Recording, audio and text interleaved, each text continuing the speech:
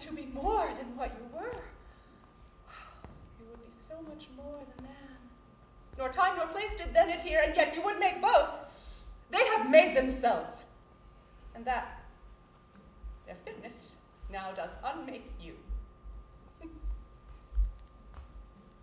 I have given suck, and know how tender 'tis to love the babe that milks me. I would, while he was smiling in my face, have plucked my nipple from his boneless gums and dashed the brains out, had I so sworn as you have done to this. If we should fail. We fail. Screw your courage to the sticking place and will not fail.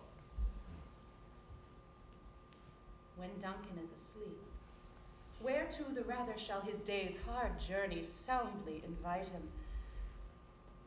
His two chamberlains, while I with wine and wassail so convince that memory, the warder of the brain, shall be a fume, and the receipt of reason a limbeck only. When in swinish sleep their drenched natures lie as in a death, what cannot you and I perform upon the unguarded Duncan? What not put upon his spongy officers, who shall bear the guilt of our great quell? Bring forth men, children only. For thy undaunted spirit should compose nothing but males. Will it not be received when we have marked with blood those sleepy two of his own chamber, and used their very daggers that they have done it? Who dares receive it other, as we shall make our griefs and clamor roar upon his death? I am settled. And bend up each corporal agent to this terrible feat. Away, and mark the time with fair show. False face must hide what the false heart does know.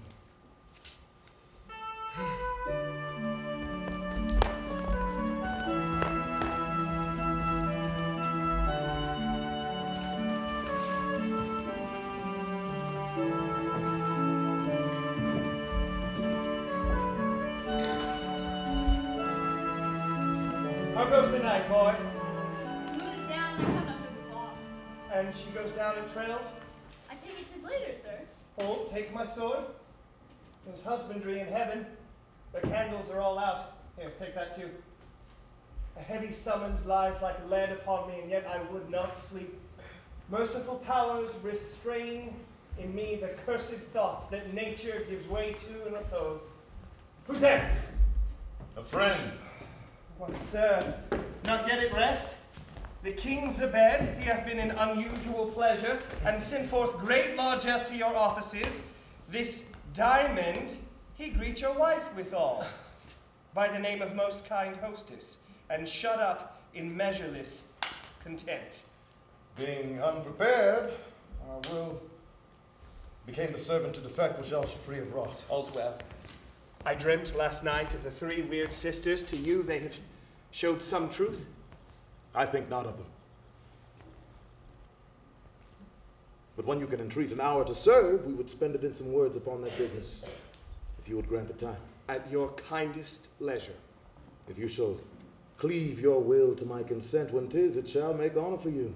So I lose none in seeking to augment it, but still keep my bosom franchised and allegiance clear. I shall be counseled. Good repose the while. Thanks, sir. The like to you.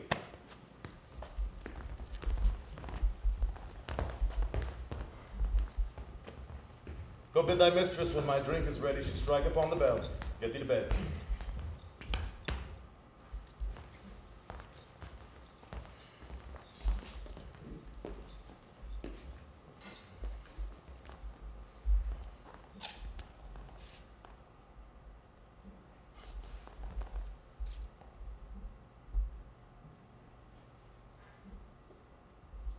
Is this a dagger which I see before me? The handle toward my hand. Come, let me clutch thee. I have thee not, and yet I see thee still. Art thou not, fatal vision, as sensible to feeling as to sight, or art thou but a false creation? A dagger of the mind proceeding from the heat oppressed brain. I see thee yet in form as palpable as this which now I draw. Thou marshalest me the way that I was going, and such an instrument I was to use. Mine eyes are made the fools of other senses, or else worth all the rest. I see thee still. And on thy blade and dudgeon gouts of blood, which was not so before.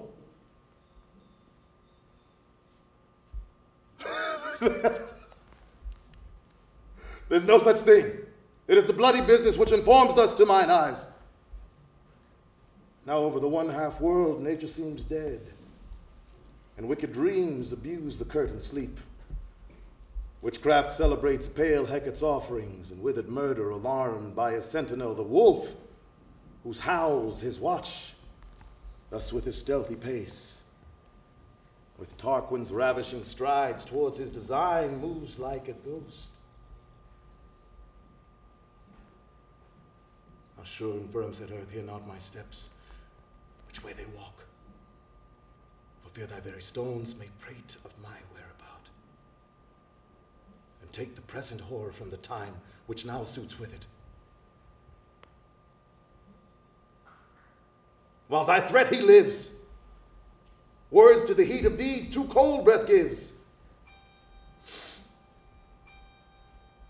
I go, and it is done. The bell invites me. Hear it not, Duncan, for it is the knell which summons thee to heaven or to hell.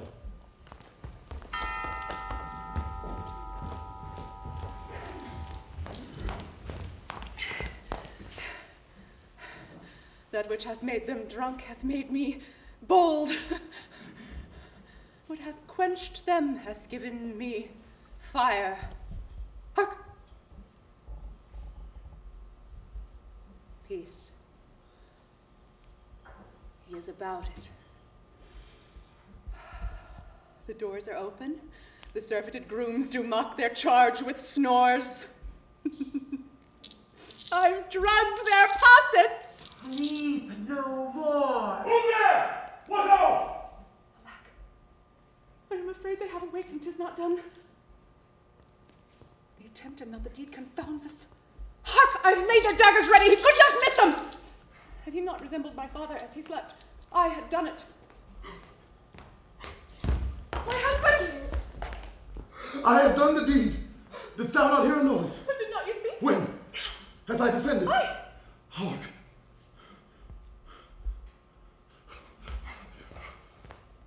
Who lies in the second chamber? Donald Bay. This is a sorry sight. A foolish thought to say a sorry sight. As one did laugh in his sleep, and one cried murder that they did wake each other. I stood and heard them, but they did say their prayers and address them again to sleep. Oh, there's two lodged together. One cried, God bless us, and amen the others. They had seen me with these hangman's hands. Listening their fear, I could not say amen when they did say, God bless us. Consider it not so deeply. But wherefore could I not pronounce amen? I had most need of blessing, and amen stuck in my throat. These deeds must not be thought after these ways. Methought Not so it will make us I mad. heard a voice cry, sleep no more. Macbeth does murder sleep. The innocent sleep, sleep that did sup the raveled, sleep of care, the death of each day's life. Sore labor's back, balm of hurt mind. Oh, chief nourisher lies still. What do you mean? Still have cried, sleep no more to all the house. Glamis has murdered sleep, and therefore Calder shall sleep no more. Macbeth shall sleep no more!